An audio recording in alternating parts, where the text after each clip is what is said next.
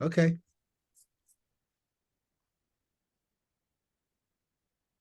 You're listening to S.Yolanda Robinson in the Know. And guess what? I have a GCBLA Hall of Famer on the show today, and his name is Marquis Miller. And you know what? We've been watching Marcus for many, many years, and everywhere he goes, people want to know who is that guy because he has so much professionalism. Everywhere he goes, he makes a outstanding contribution, and so it's a wonderful privilege to be able to be with him in the Greater Columbus Basketball Legends Association Hall of Fame. But Marcus, how are you doing today? You know what, Lonnie? I'm doing pretty well. It's a Chamber of Commerce day here in Chicago, as we call it. The sun is out. Yeah. Very few clouds in the sky. Weather's perfect, around Uh, 75 degrees. It's just one of those days when you wake up and say, I've been blessed to be able to sip and take nourishment, and then I get all this too. you know what? You are blessed because you went to St. Charles Preparatory School in high school. Is that correct? That's You correct. St. know, and, Thomas and, College. and back in the day when you were in school, they didn't think none of y'all played basketball. Y'all were the ones that were considered the nerds, because that's what you did. I mean, most of you, if you went to St. Charles and graduated, you were going to be a leader in the community and everything. And so, when you played basketball with Lyndon, and beat Linda. Don Sellers talked about it. He said they didn't even think y'all were in any competition, But when you came in and you beat him, he said he was mad with you, the late Don Sellers, for a Yeah. little while. Yeah. We had that conversation several years ago, and I never forget we actually played them twice. We played them in a scrimmage. Uh-huh. Actually three times. Played them in a scrimmage. Then we played them at Linden, and we played Uh-huh. them at St. Charles. And I think we split. And that's how I got to know Todd and Don and the Davis twins and Oh yeah. Sterling, and of course, Buster, Uh-huh. who a lot of people have probably forgotten that he played basketball at Linden. Yeah, I didn't know that either. But you know what? And when you left St. Charles, okay, preparatory school, and they retired your jersey. I We mean, did. It was a real honor. the child everywhere you go, everywhere. Then you went to Ohio State, played with Clark Kellogg and all those, and played on championship teams and everything. Now, inspired you to play basketball? I know that you came from a family of three generations of college graduates, and you wanted to play basketball too. So, what inspired you to do that? So, we grew up 2981 East 12th Avenue in East Columbus. And Uh-huh. to keep us out of trouble, my father put a basketball goal in the backyard. And, we were those neighbor kids who had other kids come over to play. Having the basketball court in our backyard meant we could play until it got dark, and we had to come in. And ultimately, because I was tall and not very athletic, I found basketball to be a great way to not only make and keep friends, but to actually have something that I could work toward. And Uh-huh. so that was sort of my basketball journey. Uh-huh. Well, by the start of my journey, we played basketball at St. Thomas the Apostle Yeah. grade school. We won the city grade school tournament in my sixth, seventh, and eighth grade. Uh-huh. And then, of course, I went on to St. Charles and Yeah. played varsity basketball there for all 4 years. Wow. So, Yeah. basketball was sort of my ticket to not just the success that comes from being in Columbus with such a great, rich, deep basketball history, but also just being able to be part of a really competitive environment. I made a lot of great friends and some enemies who are now friends to this day. Uh, just because basketball is a great sport, and if I may say so, basketball helped to make me a Chicagoan as well.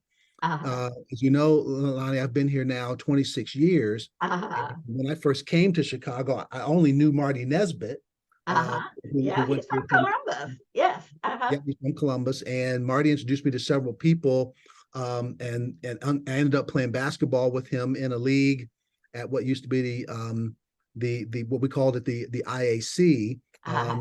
That's where I met President Obama, where I met John Rogers from Ariel Capital, and several other folks. Because of course Chicago is a big basketball town, not just because of the Bulls, but Uh-huh. because as the city of broad shoulders, Uh-huh. basketball was a way that you were able to demonstrate that you could actually make it here.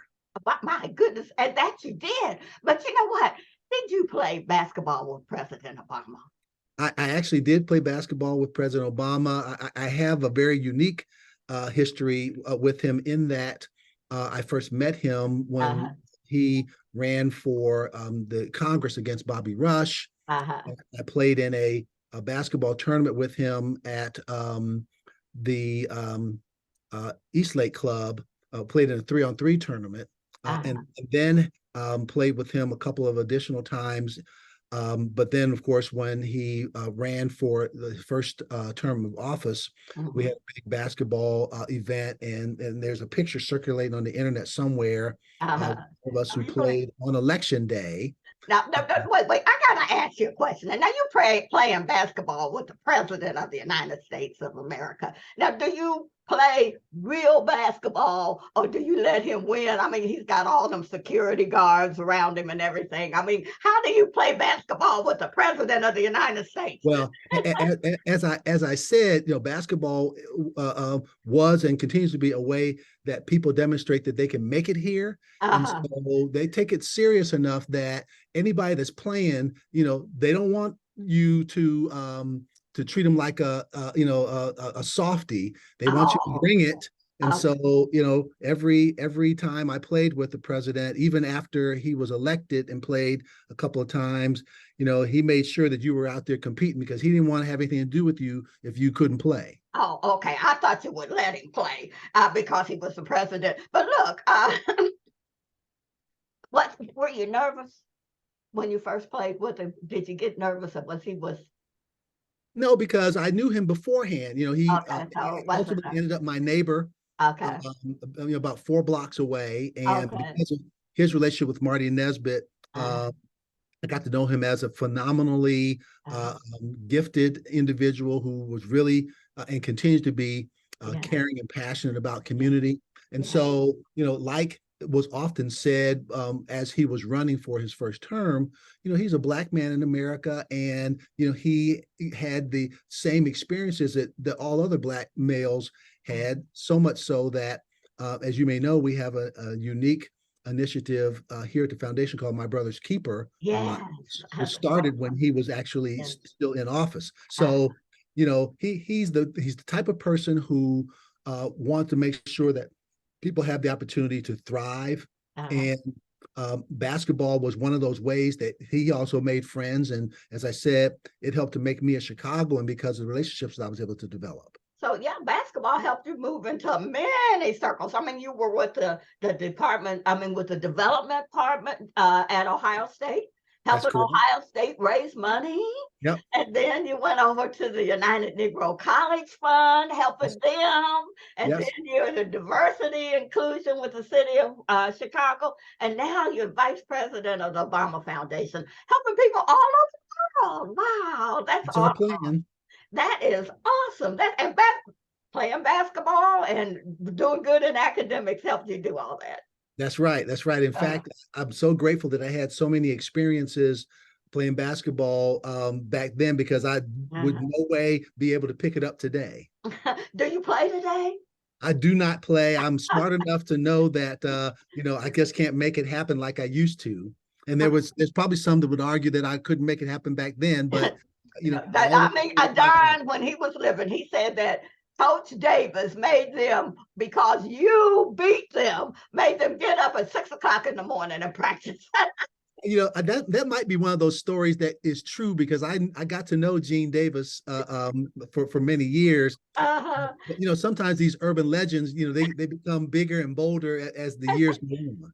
Yeah, and they talked about that when you at first they didn't like you at all, but then they began to like you, respect you because of the game. But they didn't like you because they had to get up at 6 o'clock in the morning and practice. But look, what I mean, we talked about. I thought maybe President Obama would be your most difficult opponent. I mean, person that you played with. But who was the most difficult person that you played with in basketball? So I say this with all sincerity. There were a lot of really great players that I played against. I would say if I had to list a top two or three, one would have been Sterling Williams, who played for Linden. Oh, wow. I don't know if Sterling is still living or not because I have not been really good at being in and out of Columbus and staying in touch with folks.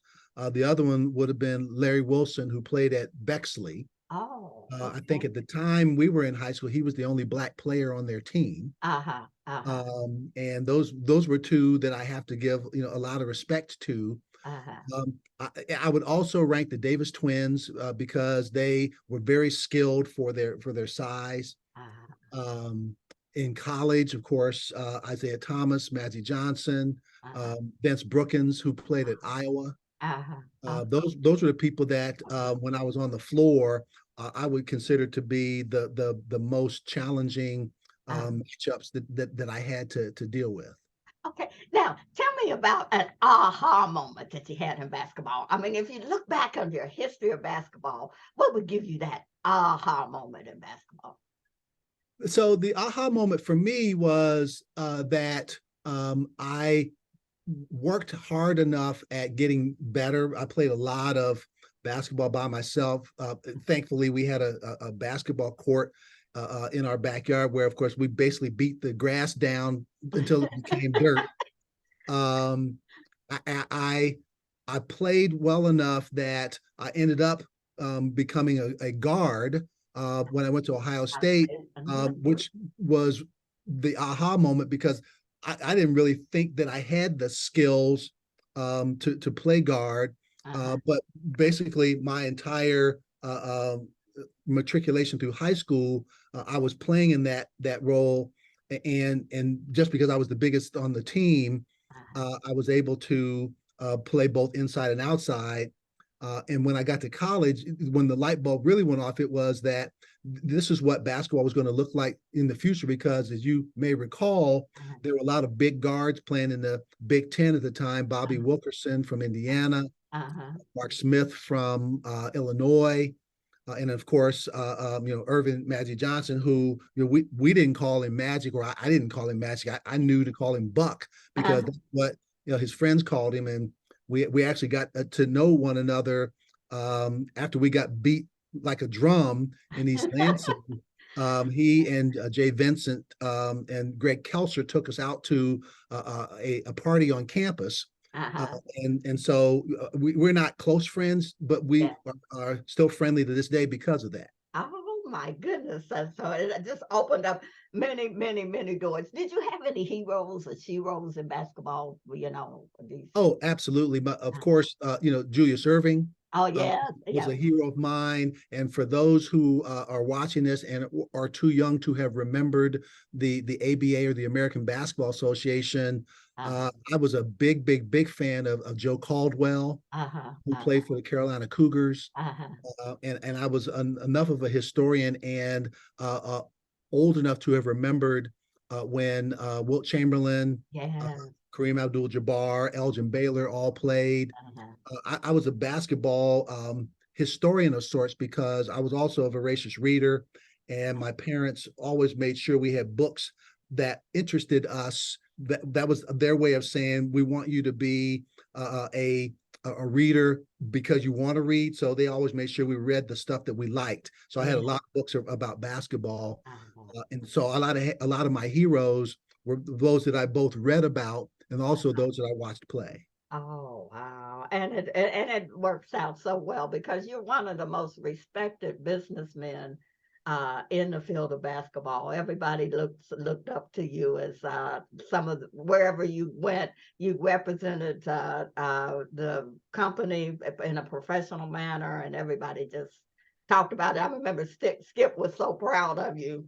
Skip You Young. know, I have to say something about Skip Young, God rest his soul. Yeah, I would argue that Jim Jim Clemens, Clemens. Yeah, um, Nicky Connors, yeah, Ed Ratliff. yeah. Those were some of my heroes because I didn't get a chance to really watch them while they were playing in high school. But as I got older and they were in college and then ultimately out of college, I got a chance to play with them in the summertime. And I would say another aha moment for me was I can actually play with these guys because we played at Bexley's courts outside. We played at Kennedy Park, You played with Jim Clemens too? You played ball with Jim Clemens and played stuff? played in the summertime with Jim in the Columbus Rec leagues Oh, with Larry wow. Jones. I mean, That, I got a list, this long of who's all who the in guys that I played with that I had so much Wow. love for and respect for. Uh, Wow.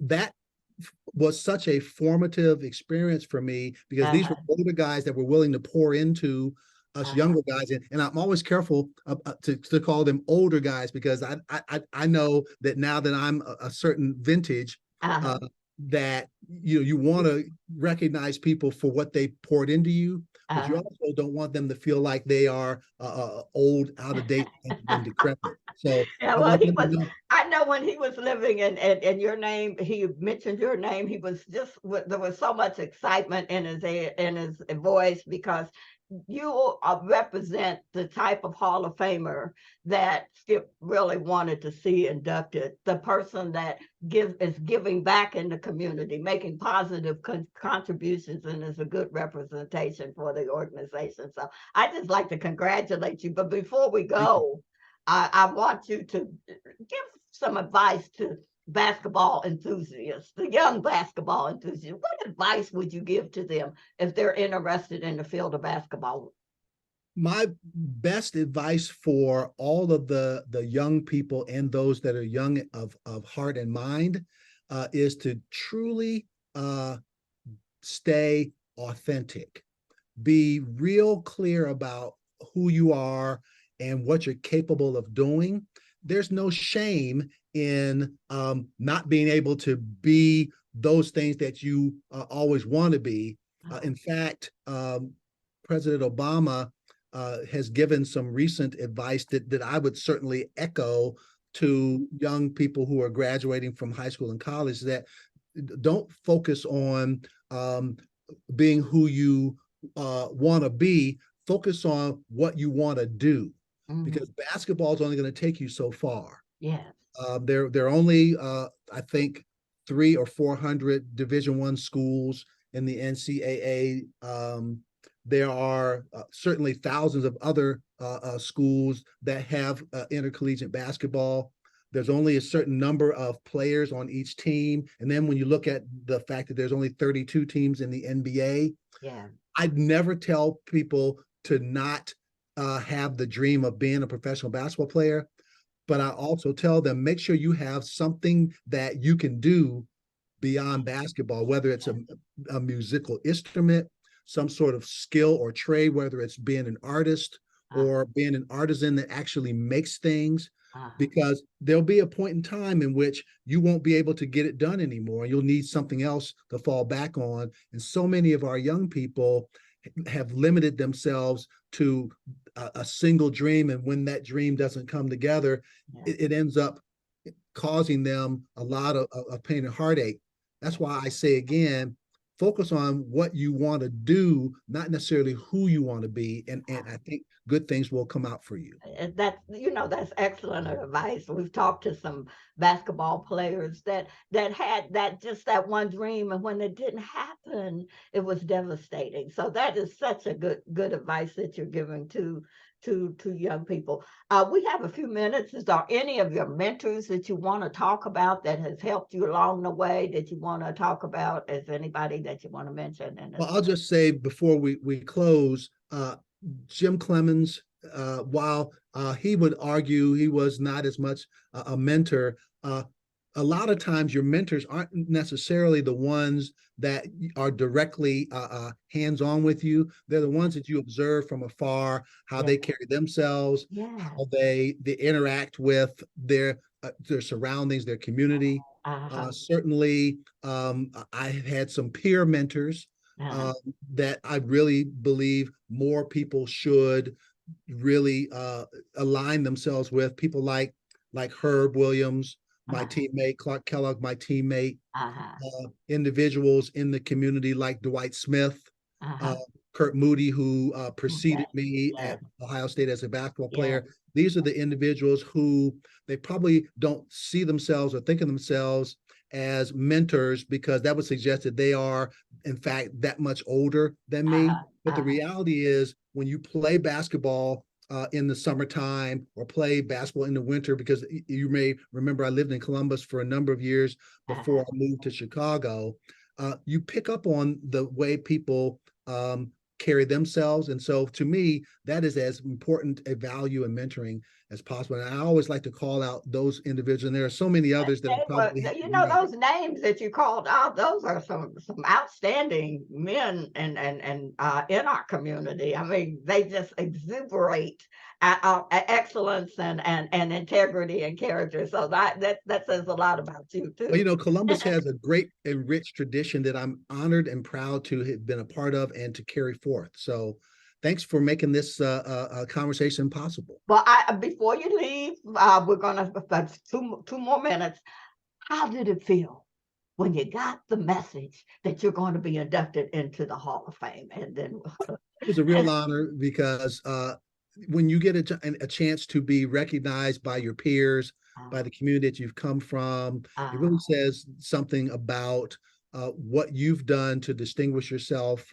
And I again both thank Skip and the members of the GCBLA, and also the community that helped to build me, to pour into me in a way that has allowed me to do the kind of work that I continue to do today.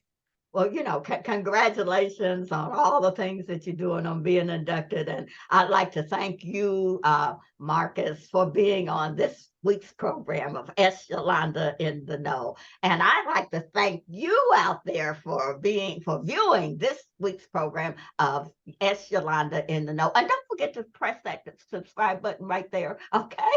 And I'll see you next week. Love you. And guess what? You can't do anything about it. Thank you.